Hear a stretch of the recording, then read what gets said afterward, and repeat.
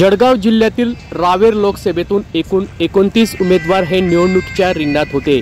आज दिनांक 29 एप्रिल रोजी दुपारी 3 वाजता माघारीचा अंतिम दिवस असून यात रावेर लोकसभेतून 5 अपक्ष उमेदवारांनी माघार घेतली आहे। यामध्ये रावेर लोकसभेमध्ये मतदारसंघातून शेख रहीफ युसुफ, राहुल राय अशोक मुडे, नितीन प्रल्हाद कांडेलकर, शेख कुर्बान शेख करीम, नाजनीम शेख रमजान या 6 अपक्ष उमेदवारांनी यावेळी माघार घेतली आहे।